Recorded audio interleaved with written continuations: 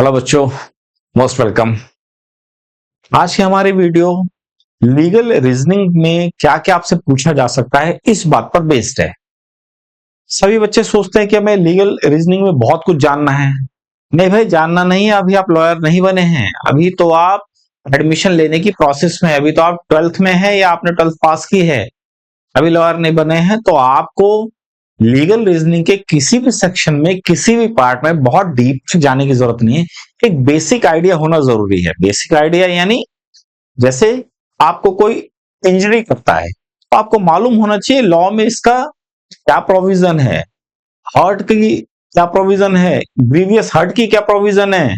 कोई मुझे चोट पहुंचाई, हल्की लगी तो हर्ट है, तेज ज्यादा तेज लगी, गहरी लगी तो ग्रीवियस हर्ट है।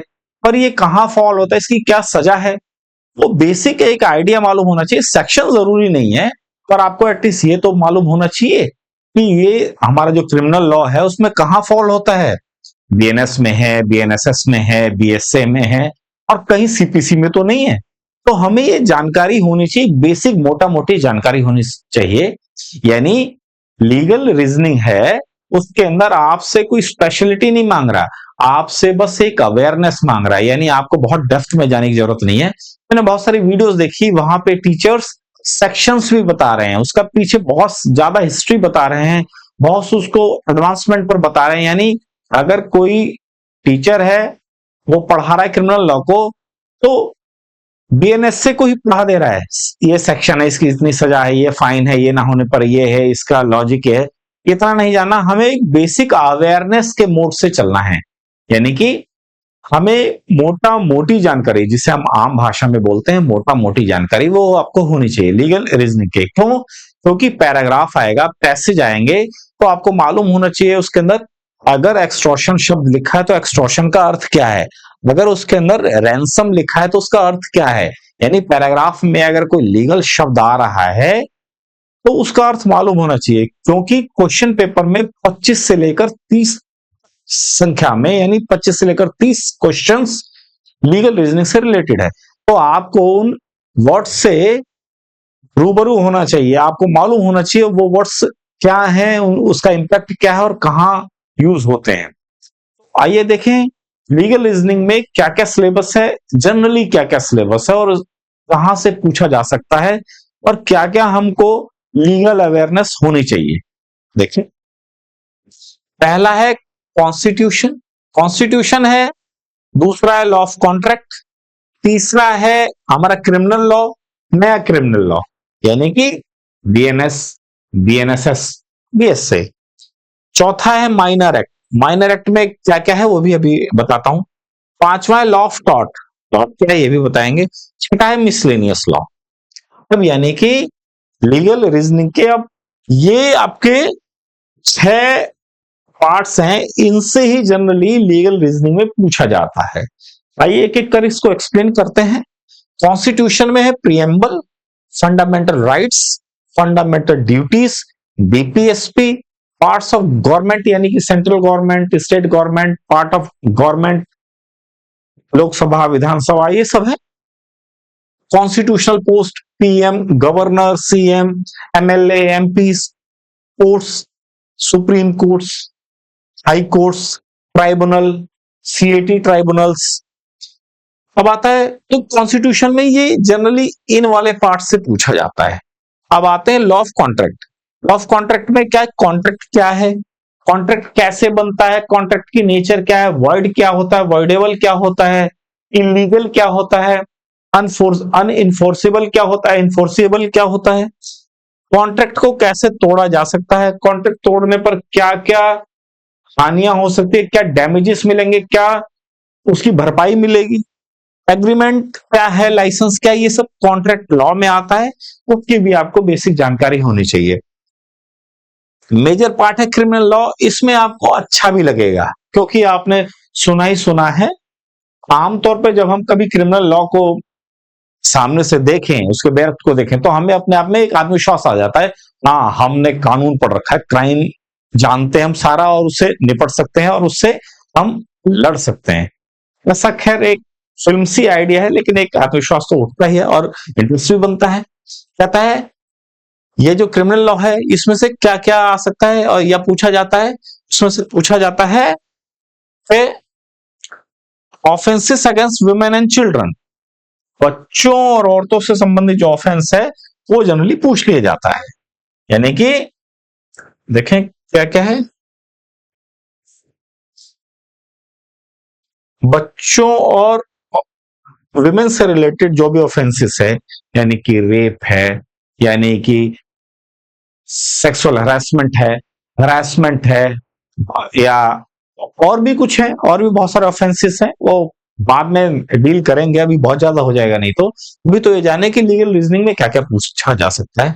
स्पेसिफिक कुछ ऑफेंसेस हैं जो प्रॉपर्टी के अगेंस्ट में है, जैसे स्नैचिंग, एक्सटॉर्शन, डकैती, थेफ्ट वगैरह वगैरह। ऑफेंसेस अगेंस्ट रिलीजन जैसे हेट स्पीच है, डिफाइलिंग द रिलीजियस प्लेस है, इंसल्टिंग द रिलीजन है, ये सब पूछा जा सकता है। नए प्रोविजन एडिड हुए हैं, electronic evidences, primary evidences, cyber crimes, cyber law से रिलेटेड, वो हमारे क्रिमिनल लॉ में हमें जानकारी होनी चाहिए ताकि हमारा लीगल रीजनिंग का पार्ट अच्छा हो सके। फोर्थ है माइनर एक्ट। माइनर एक्ट यानी ये वो एक्ट है जो एज ए स्टूडेंट BA-LLB के स्टूडेंट होने के नाते या एक आम व्यक्ति होने के नाते, यानी आप समाज में रह रहे हैं तो आपको एक बेसिक आइडिया होना चाहिए, चाहे आप अनपढ़ ही क्यों ना हो, लेकिन एक बेसिक आइडिया होना चाहिए कि IT एक्ट क्या है, इंफॉर्मेशन एंड टेक्नोलॉजी एक्ट क्या है, यानी हमारे जो फोन है, साइबर क्राइम्स है, हैकिंग है, या इंपर्सोनेशन है, या साइबर अरेस्ट है, कैसे डील किए जाएंगे। IT एक्ट के तहत उसकी जानकारी होनी अब बहुत जरूरी है, बल्कि मेरे हिसाब से तो सभी स्टूडेंट को, और इवन कैंप लगा के जो लिखे पढ़े नहीं उनको भी बताया जाना चाहिए साइबर अरेस्ट क्या है, हैकिंग क्या है, फ्रॉड क्या है। एटलीस्ट आज की डेट में ऐसी हत्या, मारपीट, उससे ज्यादा ऑफेंस तो अब इसमें होने लगे हैं, तो IT एक्ट पता होना चाहिए। डॉरी प्रोहिबिशन एक्ट पता होना चाहिए, मैंने बताया ना विमेन से रिलेटेड चीजें पता होनी चाहिए। पॉक्सो एक्ट मालूम होना चाहिए, बच्चों से रिलेटेड है, यानी बच्चों से छेड़छाड़, रेप, हत्या, इस तरीके जो ऑफेंस है उसमें पॉक्सो एक्ट यूज होता है, आपको मालूम होना चाहिए, वो भी आपको जानकारी होनी चाहिए। RTI एक्ट की आपको जानकारी होनी चाहिए। SC/ST prevention of atrocity act मालूम होना चाहिए। सोशल लेजिस्लेशन पता होना चाहिए। कंज्यूमर प्रोटेक्शन एक्ट पता होना चाहिए। माइनर एक्ट में आते हैं। लॉ ऑफ टॉर्ट क्या है, सारी चीजें क्राइम नहीं है, कुछ चीजें ऐसी भी हैं जो जो क्राइम मेनली क्राइम में फॉल नहीं होती, पर वो सिविल में भी फॉल नहीं है, यानी कोई कोई परेशानी है, यानी टॉर्चर है कुछ, तो वो आते हैं लॉ ऑफ टॉर्ट में।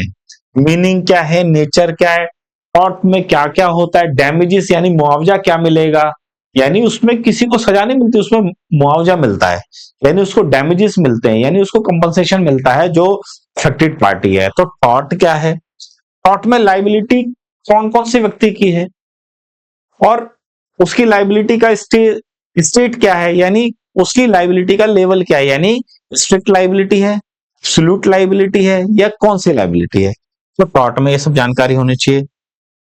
बाकी मिसलेनियस में होता है, आपको मालूम है, लैंडमार्क जजमेंट्स है, लीगल हिस्ट्री ऑफ इंडिया है, करंट लीगल जीके है, UN के बारे में पता होना चाहिए, फैमिली लॉ के बारे में पता होना चाहिए, ADR यानी आर्बिट्रेशन मीडिएशन लोक अदालत, ये भी मालूम होना चाहिए, ये आता है मिसलेनियस में।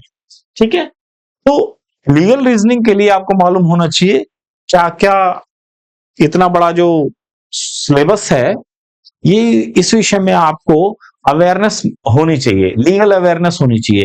लीगल अवेयरनेस ही आपका लीगल रीजनिंग वाले पैसेजेस को सॉल्व करने में हेल्प करेगा, बहुत इंपॉर्टेंट है। इसके अंदर अगर जो आप मजबूत हैं, क्योंकि इसके अंदर ज्यादा एफर्ट्स की जरूरत है, क्योंकि आपने 12वीं क्लास में अगर आप हैं या आपने पास आउट किया है तो भी आपको इन लॉ की जानकारी नहीं होती है। क्यों? क्योंकि अब तक हमारा इन लॉ से कोई पाला पड़ा नहीं, हमारा इससे कोई ज्यादा रिलेशन रहा नहीं, बस सुन लिया, न्यूज में देख लिया, सोशल मीडिया पर इंस्टाग्राम में देख लिया तो हमें मालूम हो जाता है, अदरवाइज हमें जानकारी नहीं है। तो इस वाले पार्ट को इंप्रूव करना जरूरी है। क्यों? क्योंकि इंग्लिश आपकी इंप्रूव हो ही रही थी, मैथ भी आपकी चल ही रही थी, जीके भी आपकी चल ही रही थी, रीजनिंग हो सकता है थोड़ी बहुत आप जानते हो, लेकिन लीगल रीजनिंग तो आप शायद बिल्कुल भी ना जानते हो। तो लीगल रीजनिंग के विषय में आपको ज्यादा अवेयर होने की जरूरत है। खैर, लीगल रीजनिंग में अगर आप अवेयर होना चाहते हैं तो मेरे चैनल से जुड़े रहें, सब्सक्राइब करें, शेयर करें। मेरे चैनल पे आप मैसेज मुझे भेज सकते हैं, मेरा फोन नंबर भी है, आप उस पर मैसेज करें 8800815796। थैंक्स, जुड़े रहें मुझसे बच्चों।